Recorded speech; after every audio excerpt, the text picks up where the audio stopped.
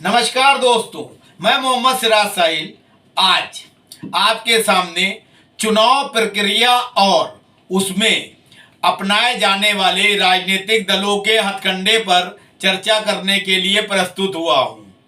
अभी हाल ही में चुनाव होना है 5 राज्यों में, उत्तराखंड, उत्तर प्रदेश, पंजाब, मणिपुर और गोवा। इन राज्यों में सभी राजनीतिक दल अपनी ताकत का प्रदर्शन कर रहे हैं। इसके लिए अत्यधिक धन बल और बाहुबल का इस्तेमाल हो रहा है। चुनाव आयोग एक सिस्टम के तहत आदर्श आचार संहिता बनाता है और उसका पालन सभी राजनीतिक दलों और उसके प्रत्याशियों को करना होता है। लेकिन अक्सर देखने में आया है कि सरकारी मशीनरी का दुरुपयोग करते हैं सत्ताधारी दल, और विपक्षी दल भी चुनाव आयोग द्वारा निर्धारित धनराशि से अत्यधिक पैसा चुनाव जीतने के लिए खर्च करते हैं। यहीं से भ्रष्टाचार की शुरुआत होती है, क्योंकि चुनाव लड़ने के लिए राजनीतिक दल और प्रत्याशी उद्योगपतियों, व्यापारियों और यहाँ तक कि अपराधियों से भी आर्थिक सहायता लेते हैं और चुनाव जीतने के बाद उन्हीं लोगों की मदद करने के लिए ये राजनेता जुट जाते हैं, जिससे वास्तविक तौर पर लोकतांत्रिक व्यवस्था मजबूत नहीं होती है और जनता अपने आप को ठगा सा महसूस करती है। हमारा जनता से आह्वान है कि वे अपने अपने क्षेत्र में मैदान में उतरे प्रत्याशियों के व्यक्तित्व और कृतित्व को देखने के बाद ही अपने वोट का इस्तेमाल करें, क्योंकि लोकतंत्र की मजबूती के लिए वोट बहुत बड़ी ताकत है। ये हमारे मतदाताओं को समझना चाहिए। जात पात, धर्म और क्षेत्र के बातों में फंसकर किसी ऐसे व्यक्ति को वोट नहीं देना चाहिए जो उनके वोट का वास्तविक हकदार नहीं है।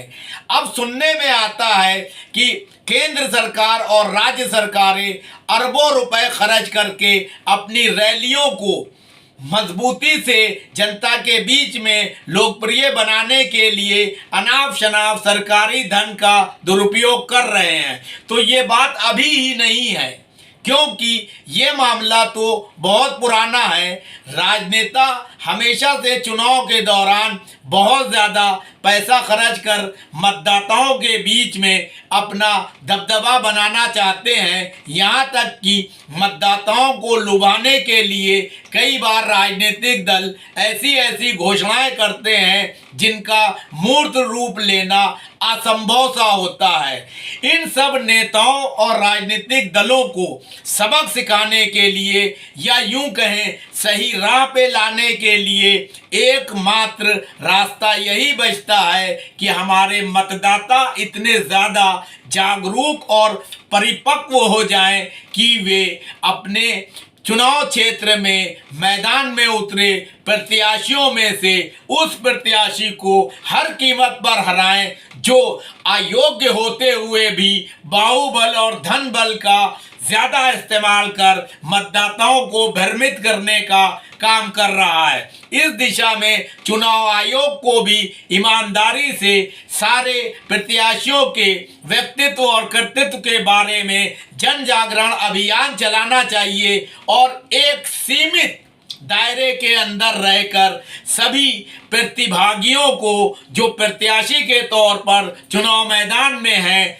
बराबर से समानता का अधिकार के तहत उनको चुनाव प्रचार में स्थान देने की व्यवस्था करना चाहिए। अगर चुनाव आयोग अपनी जिम्मेदारी से अलग हटता है या यूं कहें अपनी जिम्मेदारी को ईमानदारी से नहीं निभाता है, तो सबसे बड़ी जिम्मेदारी मतदाता की है। उसको हर हाल में ईमानदार, सक्षम व्यक्ति को ही अपना प्रतिनिधि चुनना चाहिए, ताकि विधानसभा और लोकसभा में एक जनप्रतिनिधि जाए, ना कि पार्टी या किसी माफिया व्यापारी उद्योगपति का चाटुकार चमचा या उसका प्रतिनिधि उनके वोट लेकर सदन में उनके लिए कानून बनाने का काम करे। जब जनता पूरी तरह से जागरूक हो जाएगी और चुनावों में ईमानदार लोगों का चयन करना शुरू कर देगी, तभी व्यवस्था दुरुस्त होगी और लोकतांत्रिक देश में किस तरह से नागरिकों का उत्थान हो और राष्ट्र और राज्य विकास की ओर बढ़े, तभी संभव हो पाएगा। तो मेरा मतदाताओं से आह्वान है कि वे अपने मताधिकार का प्रयोग अवश्य करें और सक्षम व्यक्ति को ही वोट देने का काम करें, वो चाहे किसी भी जात या किसी भी पार्टी से ही क्यों ना चुनाव लड़ रहा हो। नमस्कार।